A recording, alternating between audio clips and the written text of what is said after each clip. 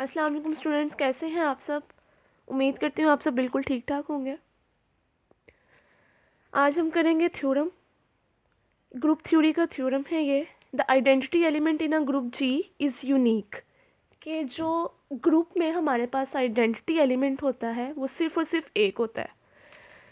आपने पढ़ा होगा ग्रुप थ्योरी के बारे में, आपने पढ़ा होगा ग्रुप के बारे में। सबसे पहले मैं आपको बताती हूँ कि आइडेंटिटी एलिमेंट होता क्या है। उसके सबसे पहले एग्जाम्पल देख लेते हैं।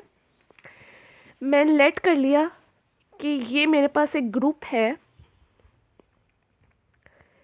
1 ओमेगा ओमेगा स्क्वायर।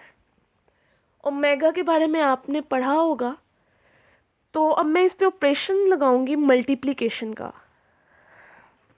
मल्टीप्लिकेशन क्या है, इसका ऑपरेशन है जिसे हम बाइनरी ऑपरेशन भी कहते हैं। कितने एलिमेंट्स हैं इसके, 1 ओमेगा, ये ग्रुप के एलिमेंट्स हैं, और omega square, 1 omega omega square.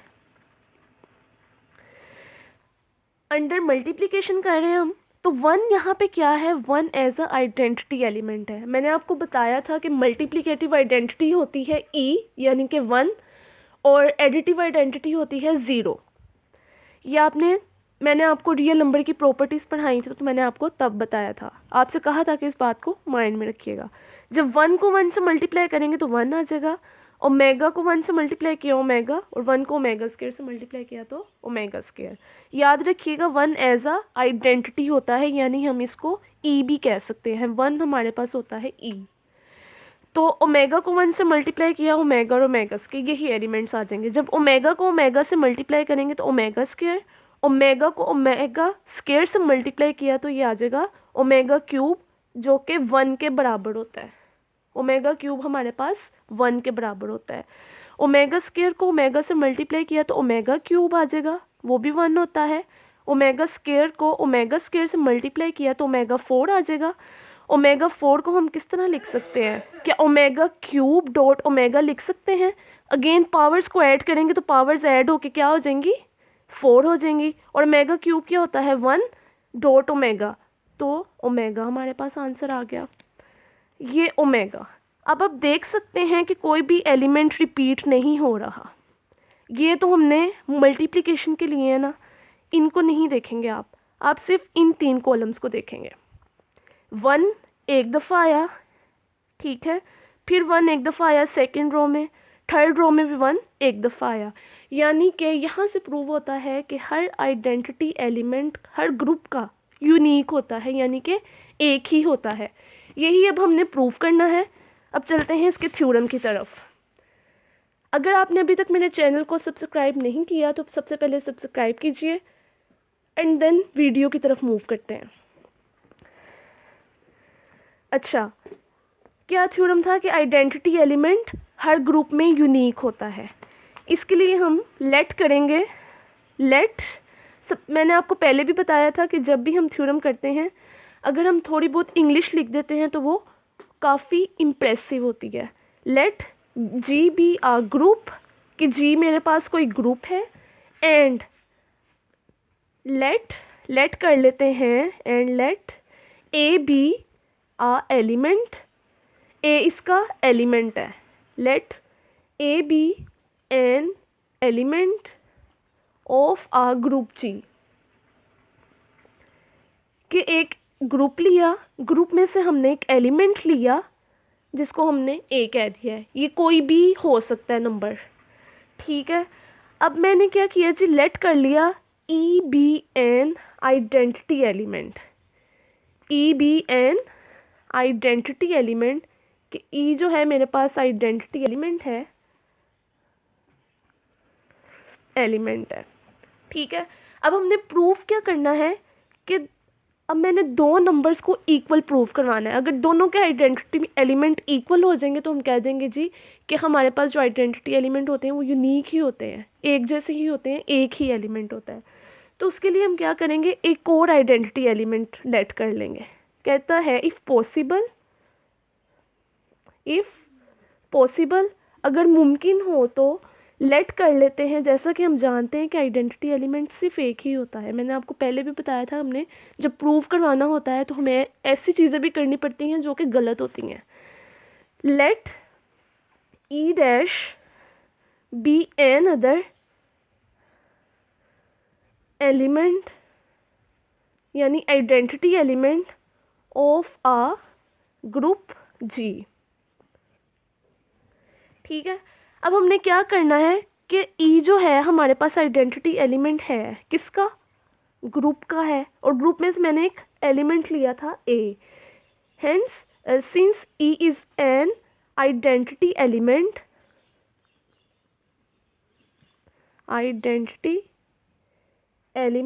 Of G, कि जी का एलिमेंट है, तो देयरफॉर पास हमारे पास क्या आ जाएगा, अगर हम उसको मल्टीप्लाई करें ए के साथ, जब हम ई की बात कर रहे हैं तो वो अंडर मल्टीप्लिकेशन ही आइडेंटिटी एलिमेंट है, और जब हम ज़ीरो की बात करेंगे तो वो एडिटिव इन्वर्स होगा।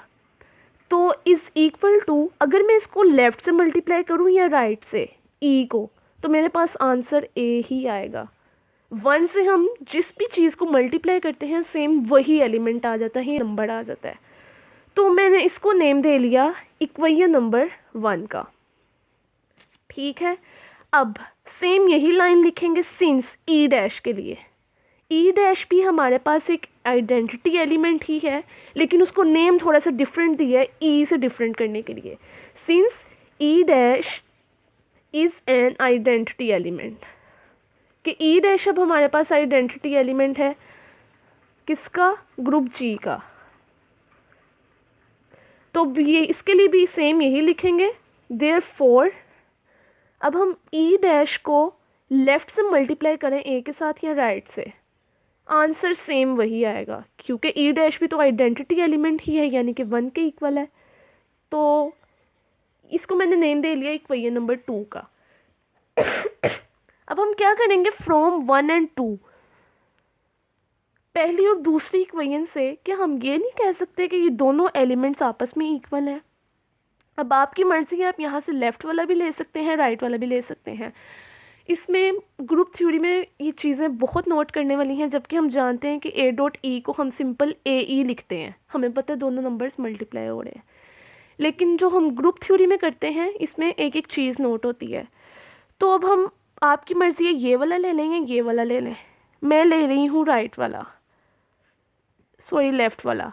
ई डॉट ए बराबर आ सकता है ई डैश डॉट ए के, आप देख सकते हैं कि दोनों इक्वल हैं।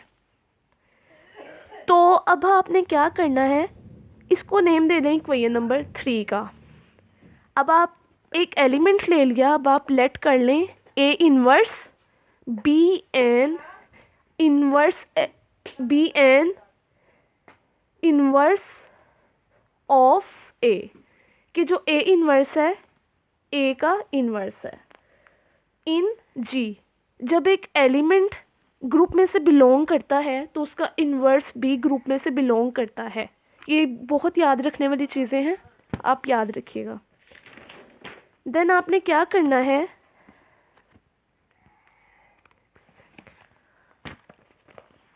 आपने अब मल्टीप्लाई करवाना है इसको राइट से ए इन्वर्स के साथ। अब हम यहाँ लिखेंगे मल्टीप्लाइंग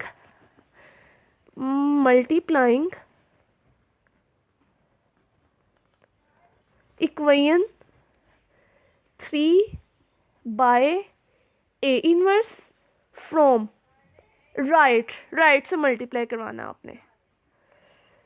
ठीक है, तो ये आ जाएगा ई डॉट ए इन्वर्स के साथ जब मल्टीप्लाई करवाया तो यहाँ आ जाएगा ई डैश ए, इधर आ जाएगा ए इन्वर्स। अब हम यहाँ क्या करेंगे, अप्लाई एसोसिएटिव लॉ। आपको पता होगा कि एसोसिएटिव लॉ किस तरह अप्लाई करते हैं, अप्लाई एसोसिएटिव लॉ। जब एसोसिएटिव लॉ लगाया तो E dot A into A inverse आ जाएगा, is equal to E dash dot A into A inverse आ जाएगा। अब आपको पता होगा कि ए इंटू ए इन्वर्स किसके बराबर होता है, आइडेंटिटी के, यानी कि 1 के। देखें इसकी पावर 1 है, बेस सेम हो तो पावर्स ऐड हो जाती हैं, 1 - 1 0, ए की पावर ज़ीरो क्या हो जाएगी, 1।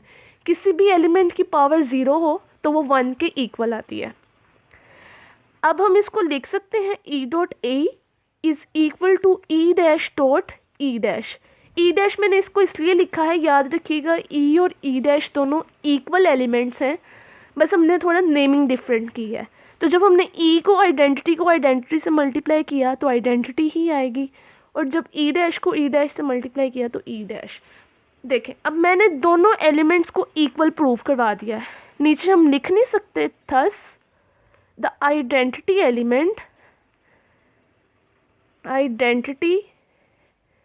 एलिमेंट इन अ ग्रुप के हर ग्रुप में आइडेंटिटी एलिमेंट यूनिक होता है, इज़ यूनिक।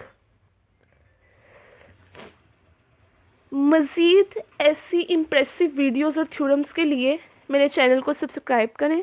अगर आपको मेरी वीडियो अच्छी लगी है तो लाइक कीजिए और अपने फ्रेंड से भी शेयर कीजिए। मैं मज़ीद आपसे अपने नॉलेज शेयर करती रहूँगी।